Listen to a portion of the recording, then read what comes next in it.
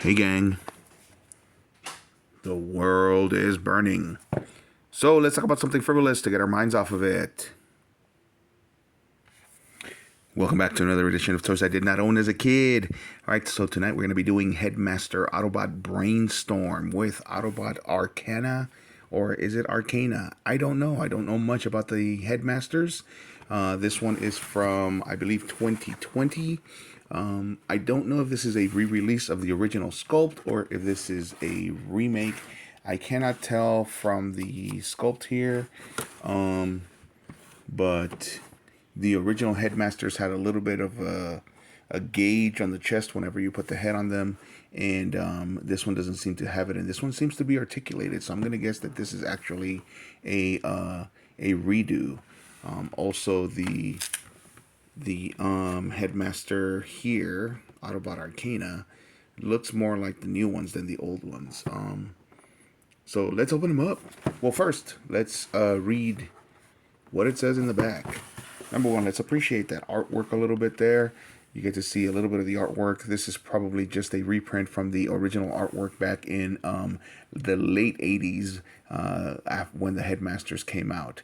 I got this guy at an estate sale, and they had pretty much all of these characters. But they were, if you notice the price, I was not able to haggle them down. So I just picked my favorite one, and this one looked the coolest to me as far as the ship was concerned. So pity that I couldn't get more, but we'll see. First of all, let's read what it says here. It is a world of constant change where things are not what they seem. It is the world of the Transformers, a world of heroic Autobots and evil Decepticons. I can read it in Spanish, no other language, so let's do that. Un mundo de cambios incestantes donde nada es lo que parece ser. Este es el mundo de los Transformers, un mundo de heroicos Autobots y malvados Decepticons. Here we go. So Autobot Brainstorm, it says function biomechanical engineer, and they quote him as saying the strongest tyrant cannot crush freedom of thought, so full of ideas that he often begins disclosing a new one before he finishes explaining an old one. Función ingeniero biomecánico, incluso el tirano más poderoso es incapaz de acabar con la libertad de pensamiento. Tiene tantas ideas que a menudo empieza a explicar una nueva antes de terminar de explicar la idea precedente. His strength is down at, looks like 5.5. His intelligence is at 8. His speed is at a 9. His firepower is at a 10. So this is a fearsome warrior. So let's get him opened up. I'm going to get this sticker off of there. I don't want to see it anymore. You guys see what price I paid for him. This is unusual for me. I am a self-proclaimed bargain toy hunter. Like I said, I was not able to haggle them down. It was an estate sale. If you've seen any of my videos with estate sales, you know the rules with estate sales. First day you pay full price, and on the last day you usually pay half price for anything under $100, and anything over $100 you get to bid on it. This guy though, he was a collector, so he was asking for collector prices, and that's what they had. Still not the most expensive, but almost retail price. All right. Get this guy open, and while we do this, a little bit of history on the Headmasters. So the Headmasters was essentially the last storyline with the Generation 1 Transformers after the rebirth of Optimus Prime. The Autobots and the Decepticons actually end up going to a planet called Nebulos, where they end up mixing with the natives there, and the natives actually become the heads of the Autobots' bodies and the Decepticons' bodies, several of them. And then there were also the Target Masters, where the same natives of the planet end up becoming their weapons. So it was a kind of a last-ditch toy gimmick. I thought it was really cool. The idea of a little robot that got to ride in the ship turning into the head of the robot.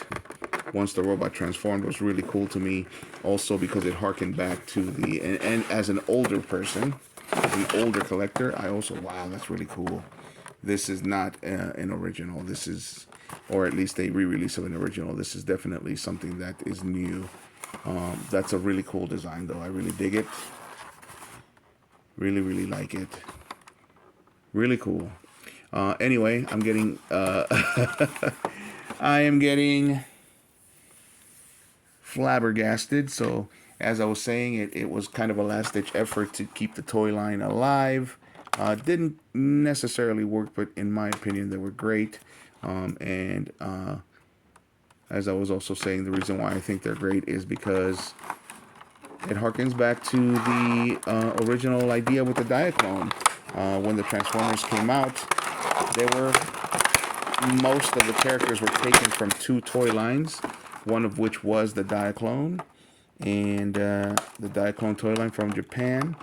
And it was basically vehicles that had little pilots, and that those vehicles would transform, and they were piloted instead of sentient beings. The whole idea with the Transformers being sentient aliens or sentient machine life forms or mechanical life forms was put together here in the States.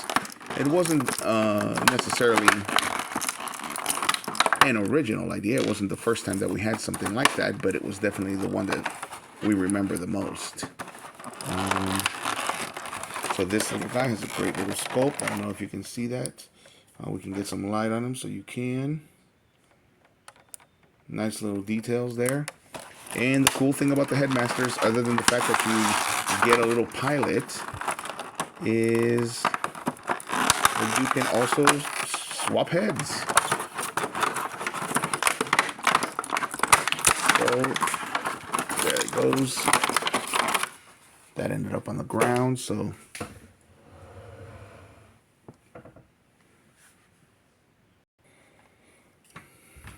had to pick it up from the ground. There he is. So the Headmasters have had different origin storylines. They always are basically just a little robot with the head like that. And you end up transforming them simply by bending their legs forward like this. And their little head becomes the neck.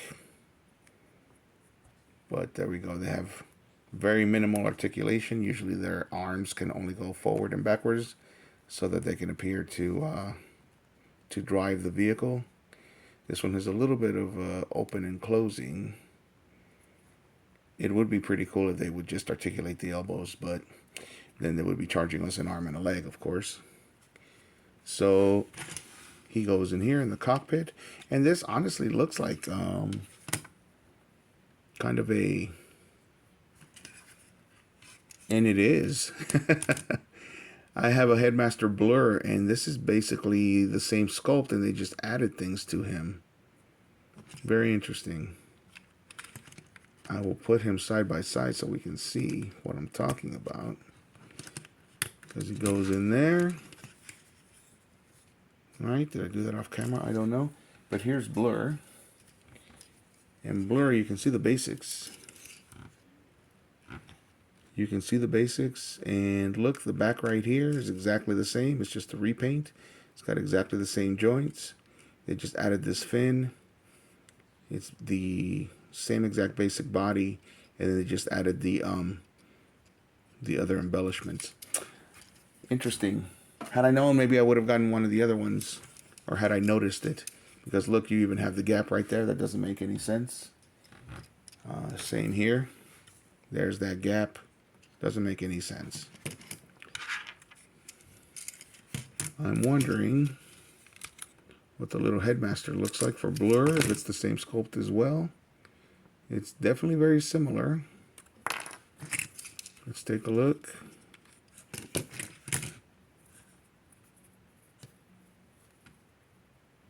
It is the same exact sculpt.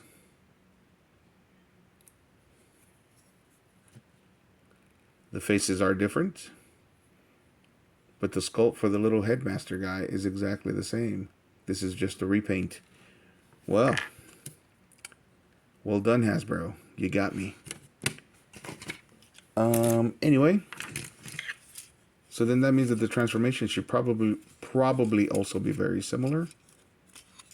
Let's see if I can do that now. From what I remember.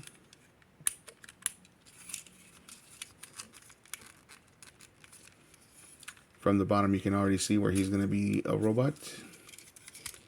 And it's been a while since I transformed that Headmaster blur, so this is still new to me. So we're just going to look at instructions. Anyway, as I was saying, a little bit of history with it.